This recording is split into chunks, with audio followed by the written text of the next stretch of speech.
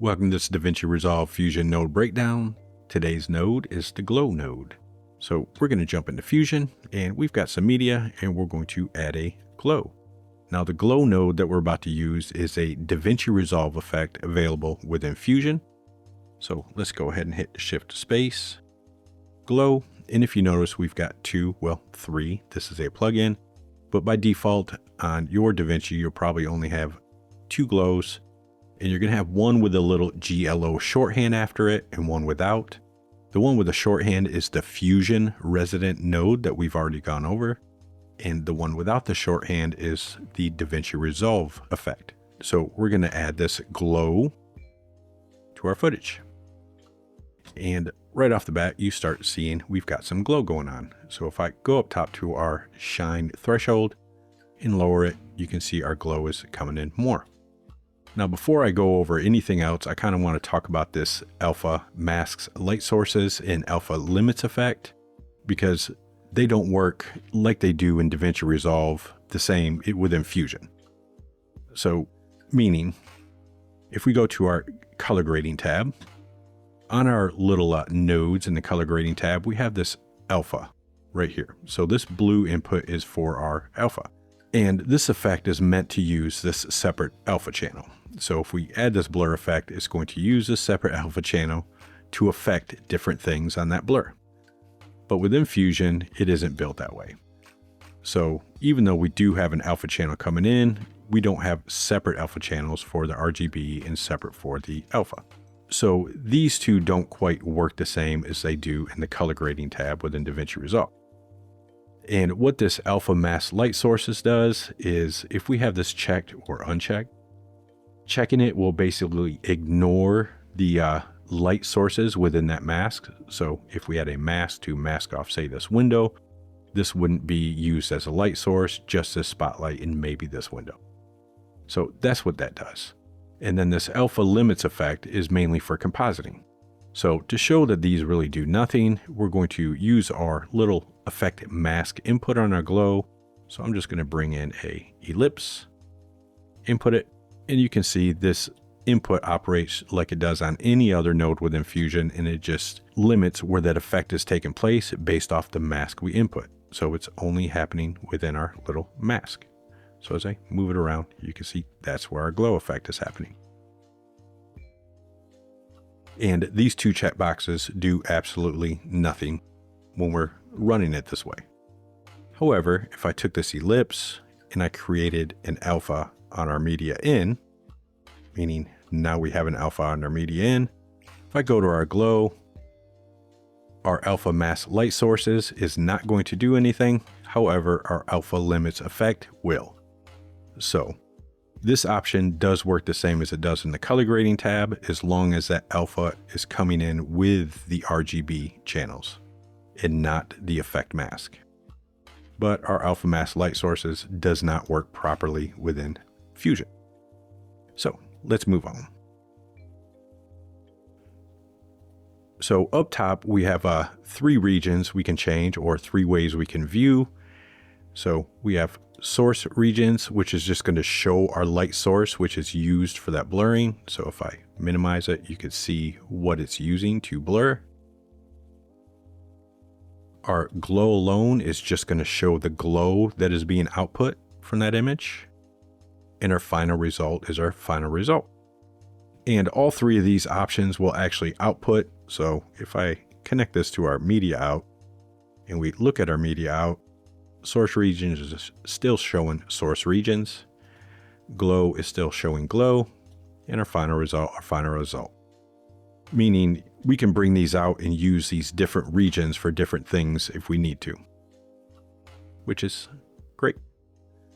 So let's jump back into our glow and look at our final result. So our shine threshold is exactly that, the threshold of our shine.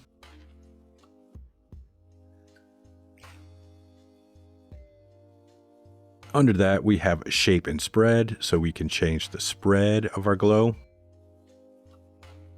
We can change the horizontal versus vertical ratio, so we can have horizontal glowing or vertical glowing.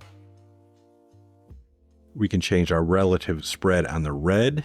So we can change how much red is being spread independently of the green and the blue.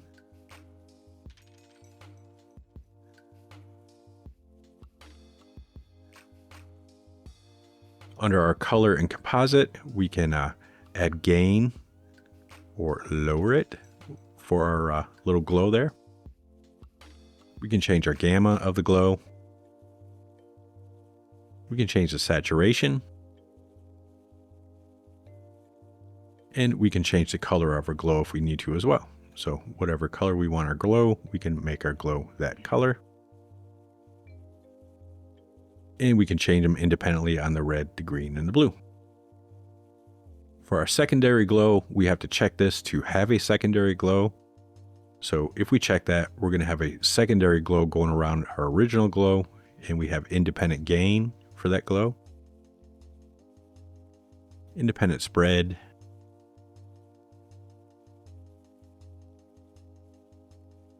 And we can change the color as well.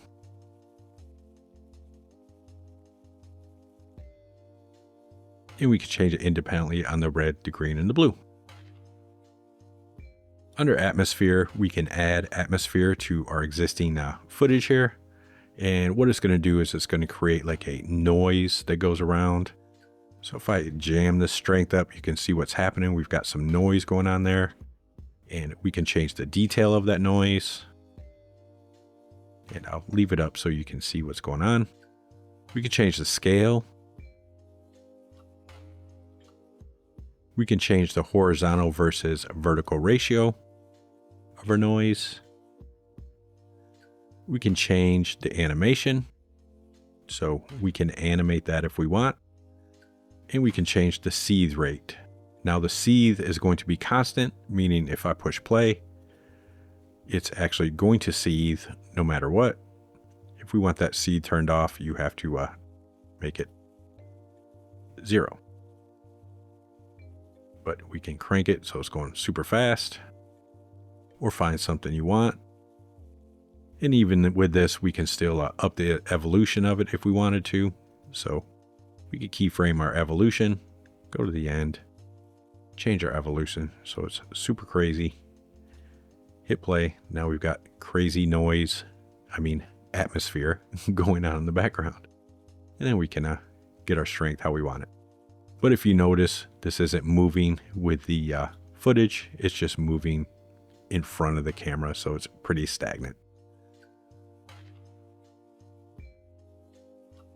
Under advanced controls, we've got glow framing, and by default it's set to reflecting camera, which means everything, or all of our lighting, basically, if I look at our source regions, all of our lighting is being reflected in the camera.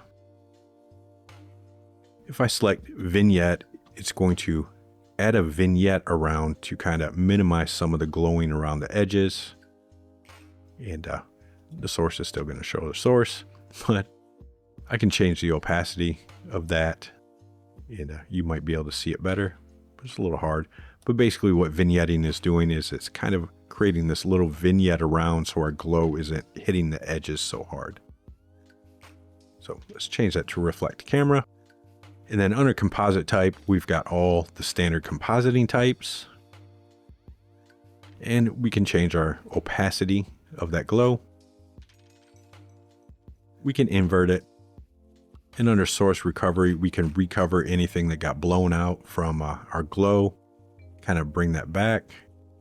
But mind you, this is going to burn out your image if you add too much. But you can see that is bringing more of our source image back in above our glow. So that is the glow node. I will see you in the next node breakdown.